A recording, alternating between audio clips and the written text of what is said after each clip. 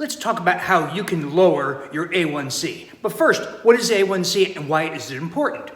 So I'm talking about hemoglobin A1c. And all that is, it's an index or a gauge of your blood sugars over the previous 60 to 90 days. Those of you who invest money may have heard of a moving average. That is, you take many days or even weeks or months of data, of values, and you average them over time.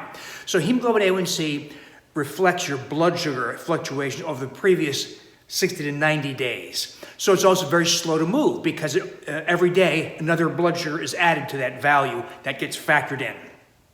Now, why is this important? Well, it's an index of how high your blood sugar has been going. That's very important. Even if you're not a diabetic, it's still important.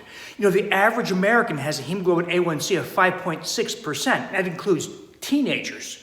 And that's abnormal. That's too high. That's associated with as much as a 3-fold increase in cardiovascular death, and it accelerates aging because when you have higher blood glucoses, you glycate proteins. I talk about this in several of my videos, but briefly, when blood glucose goes high, even 120, 130, 140, you start to glycate proteins in the body.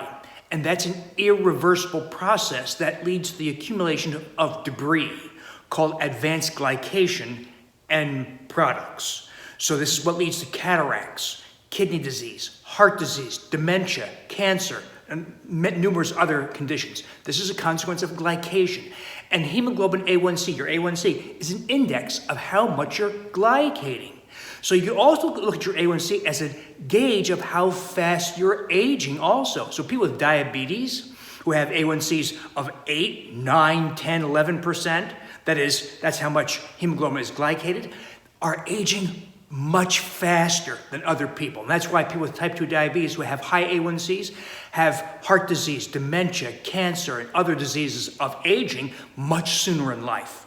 So hemoglobin A1c is a very important value. Now, if you watch TV and all those direct consumer drug ads, they make it seem like this mysterious drugs you have to take at great cost to reduce your A1c.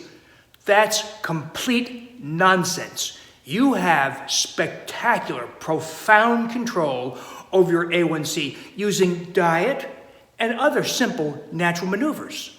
So how do you reduce your A1c? First, you eliminate foods that raise blood sugar, grains and sugar. Easy, right? So in my wheat belly programs, my undoctored programs, we eliminate all wheat, all grains, and sugars. That alone causes a dramatic reduction in A1c over weeks to months. Then we factor in strategies that enhance or improve insulin sensitivity, your body's response to insulin. And those are strategies like restoration of vitamin D, magnesium supplementation, omega-3 fatty acid supplementation from fish oil, optimizing thyroid status, and cultivation of bowel flora.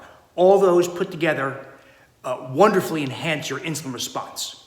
Also, other strategies can help. Exercise helps. So does getting adequate sleep, and also managing stress. Lack of sleep and stress are high cortisol situations, and that's what causes blood sugar to be higher. So those are the natural means that you can reduce hemoglobin A1c. Now, you should be patient with A1c because it's slow to respond, as we talked about. But you can have dramatic effects on reducing A1c. I've now had thousands and thousands of people who drop their A1cs even into the diabetic range, 11%, 9.5%, terrible, and drop them to 4.9%, 5.0%. We aim for 5.0% or less, and that's because that's where all excess risk from cardiovascular death and other conditions is eliminated, and you've slowed aging to its slow natural rate, not the accelerated aging of a hemoglobin A1c, say, of 5.6% or 6.3%. So you've slowed it down. Now, sadly, most doctors don't know this because they're locked into this idea that you must take drugs to reduce your A1c. They'll even ignore your A1c until you're in the overt diabetic range of 6.5%.